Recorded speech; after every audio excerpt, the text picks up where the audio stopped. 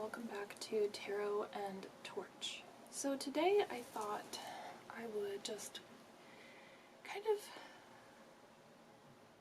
invite some discussion and talk and also some tools around dealing with the holidays as being a difficult kind of time for many people.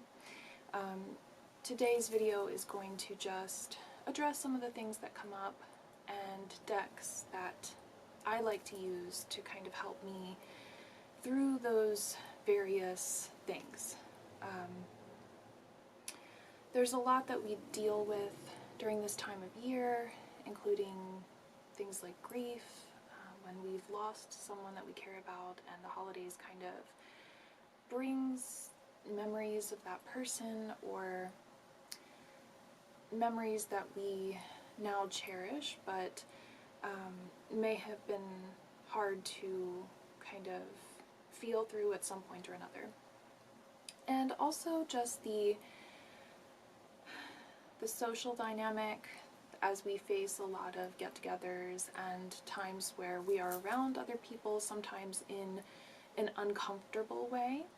And even when it is comfortable, sometimes there's still a lot of emotional baggage, triggers, potential situations that could come up, all sorts of things that we deal with. And sometimes we don't give enough kind of pause to just acknowledge that these things are happening or that our mind is kind of on these situations. And also there's even the aspect of consumerism and kind of the ways that we feel expected to participate in activities that may be something that we don't believe in, or something that we are forced or feel forced to participate in, whether that be consumerism, Christmas itself, or any number of times when we are kind of expected to put our beliefs and opinions on the back burner. So really I just wanted to kind of show you the decks that I work with to kind of help me to have some healing, acknowledgement, and stress relief around this time of year.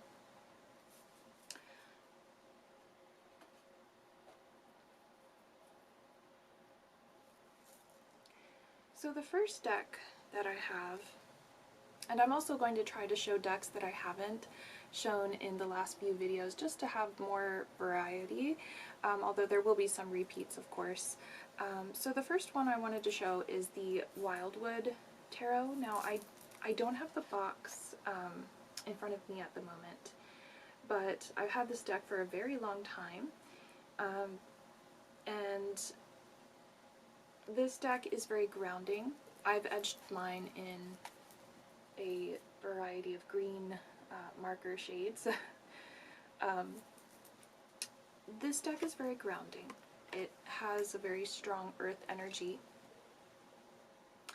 It has a very strong earth energy to it, and that is very helpful when we are feeling that we have to go from place to place, as we feel that we are being kind of tossed around from place to place, or you know, just feeling off in a lot of ways where we don't feel very grounded. We have this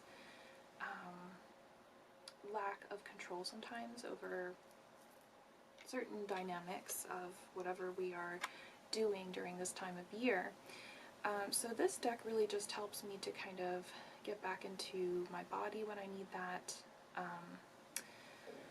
and give me messages that are supportive, because sometimes I find that it's easier to work with the animal kingdom, nature, as kind of guides and benefactors in my life, really, as sometimes it's harder to work with people. And the people that are depicted in this deck, many of them are ancestral type spirits or nature spirits, or just very closely connected to the land. So I feel they're almost more of ancestors than they are kind of, you know, people in this world that we're walking in right now. But the animals in this deck, by working with something that's not human, you feel as though you're working more with spirit, which really helps to kind of take our ego out of any kind of situation that we are dealing with. Okay, so another deck that really helps me to cope during this time of year, this is the Softest Shade Oracle, and this was created by Rose Bay Tarot. And these are the backs. And I don't believe this one actually came with any kind of box.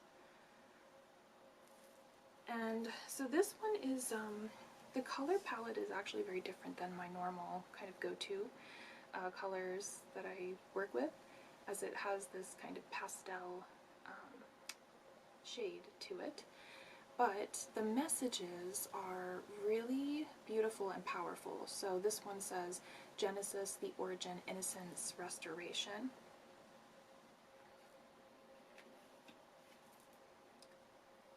And then there's other ones like this that are a little bit longer and a little bit heavier. So this oracle kind of goes in all of the edgier feelings. It says, when we die, we come back different, like with greener eyes, or as some far off star. Transformation and growth, epiphanies and self-awareness. So again, it's kind of, it does take you a little bit more out of the body, but there are messages around, let's see if I can find,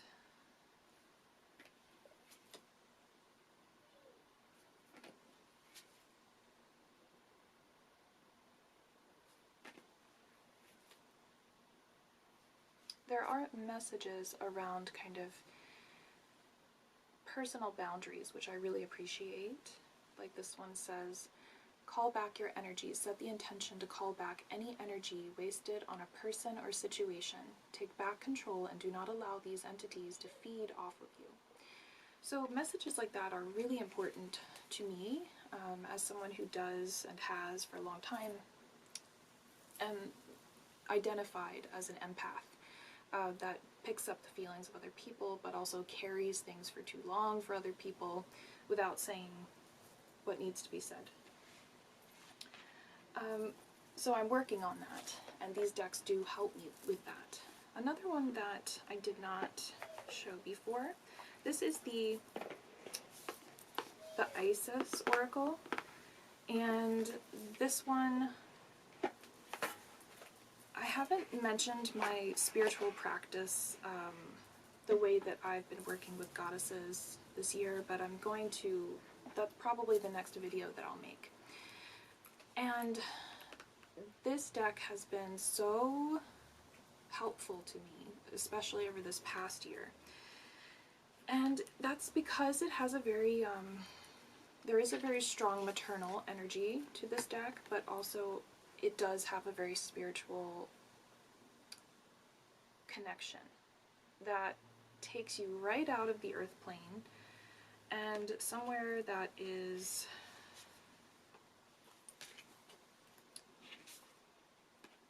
more ethereal,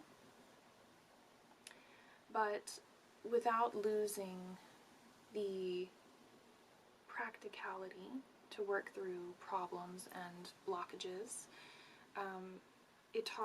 There is a lot of shadow work in this deck, and what I find most helpful about it is that it helps you to overcome the darkness in yourself, to find the strength to work through these issues. This message, cartouche, was very prominent for me this year. This deck really helped me to know that just because I am a spiritual person doesn't mean that I have to be a pushover, someone that takes on everyone's pain all of the time. There's Definitely more of a call to being strong and in your own power, and knowing when to kind of fight a battle and when not to. So that really came through, and also the maternal energy from it really helped to heal a lot of wounds within myself. So this is a beautiful deck for that, especially if you are going through any kind of, mother wound energy. I find that this was very, very, very healing for that purpose. Next we have the Dragon Oracle cards, and dragons are one of my guides, along with corvids, and they were actually the first guide that kind of presented themselves to me when I was younger. And it is hard to find a good, solid kind of dragon deck reader. This one is, I find, very spiritual. It can be a little bit new agey, but there's times when I need that energy, and I'm speaking for myself. There's times when I need that kind of new age energy, and the reason is because I work so much with shadow and energy, that if I don't work with this kind of chakra system and cleansing energy and working with color, I feel out of balance. And to me, in order to be a functional practitioner, I need both the shadow work and also this kind of spiritual energy that elevates my own physical vibration. So the messages are usually exactly what I need in the moment. This one says, Black Dragon cocoons you so that your divine potential grows. Meditate, reflect, undergo a metamorphosis.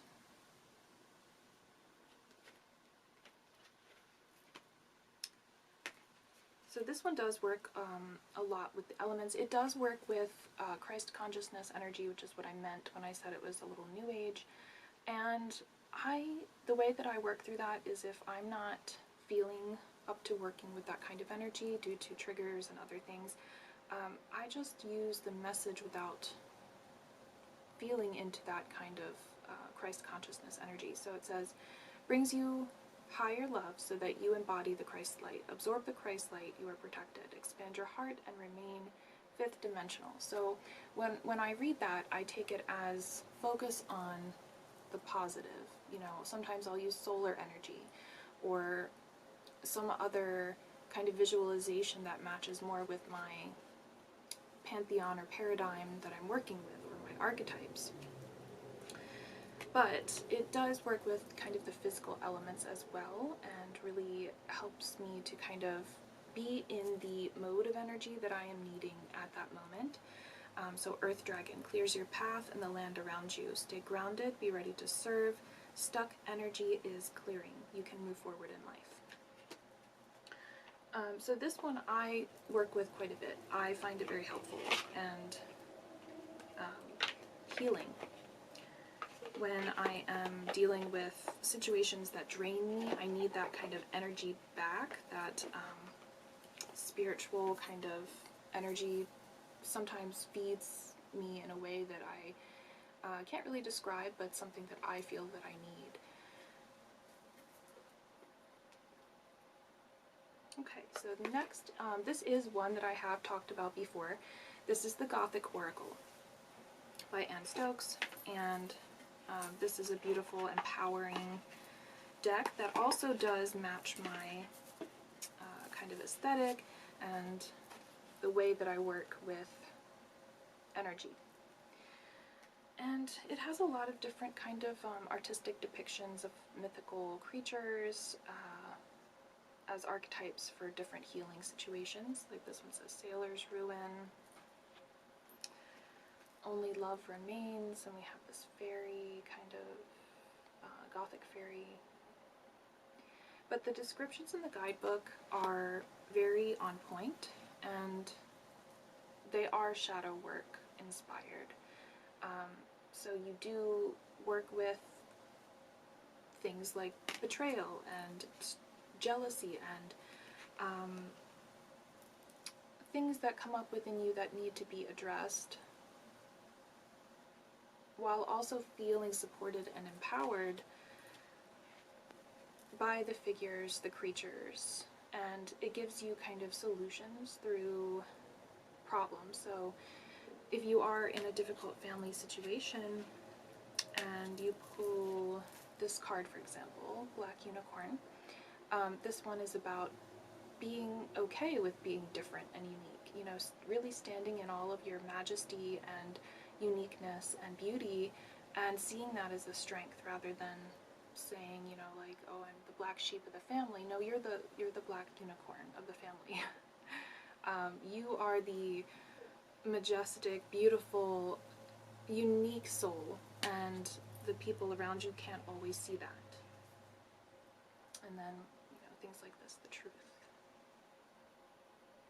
So this deck really, it helps me. I always pull a card before I step into a situation I know is going to be challenging for myself, because it gives me that bravery and feeling that I can work through and move through it in a healthier kind of way. Next we have the Alice the Wonderland Oracle, and this is one of those creepy doll decks. And I, for a long time, I didn't want one of these because I thought that they were too creepy for me and that I wouldn't like them. But I saw this on TarotTube at some point, and I decided to try it because I love Alice in Wonderland as a kind of a spiritual tool, if you will. And I'm so happy that I did. And I mean, I still don't always connect to the artwork itself, but the messages and the feeling that these little girls evoke, it really does take me into, you know, teenager healing, inner child healing, and that's a lot of the time what I'm needing when I'm in difficult social situations. So this card says Falling, the unknown descent, momentum, and change. And I will say the guidebook to this is incredible.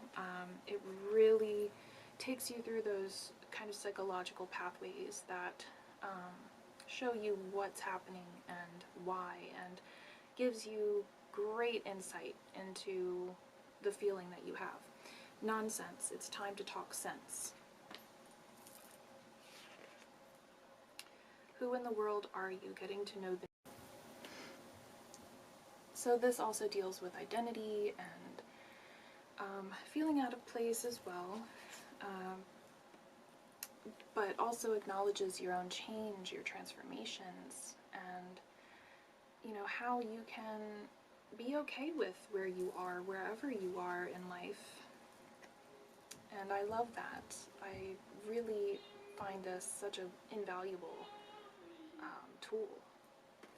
I'm just going to briefly mention the Witch Sister Tarot, because you most likely have heard me talk about this, and if you do want to hear more, you can always go back to one of the other videos. But the Witch Sister Tarot, to me, is like having a council of ancestors, basically, that are there to support me through whatever I'm facing. And I really am taken out of time and space when I use these cards, and I feel so comforted and loved and understood when I use this deck. And again, it's another one that can be very helpful when it comes to ancestor work or inner child healing and mother wounds. So beautiful, beautiful, helpful, strong, loving, supportive deck. Definitely one of my favorites, but you guys know that already, most likely. Okay, on to one that I've not mentioned, and I think I'll just stop after this one because this video is getting kind of long, but this is the Pythonic Tarot. And this deck is gorgeous, first of all. and it's a very special, powerful tool, and I don't pull it out kind of willy-nilly. I definitely am in kind of, generally I'm in more of a sacred space, and really sometimes use this more in a ritualistic way because of how deep and spiritual and magical this deck really is. It very much is aligned for me to working with Hecate, and it's empowering, it's gorgeous, it gives me everything that I really need from a tarot, and if it weren't for the fact that I use this more during times of great stress and pain, this would be one that I probably would just use all of the time, really, for everything, much like the Thoth in that sense. But this one also takes you into different places, and kind of in that way can show you what you need to see, because you're not in your normal surroundings any longer. You are somewhere else. You are in a realm that is not human, and you have allies that are there to support you in a very magical way, and also to show you the truth. This deck is so truthful, so incredibly blunt at times, but also with that message of you are more than this. You can rise above the situation because you are magic, you are powerful. And that's definitely what is needed during stressful kind of holiday times, where you feel when you're not in control in any sense, and you feel that there are people that are just trying to kind of provoke you. So this one is wonderful for telling you, reminding you of your strength and power, but also your truth, and that you can stand up for yourself. So with that, as my battery is dying, I hope that this kind of just brought some things up to think about, and that you enjoyed the video. Please don't forget to give a like and comment and subscribe if you've not done so, and I will talk with all of you very, very soon.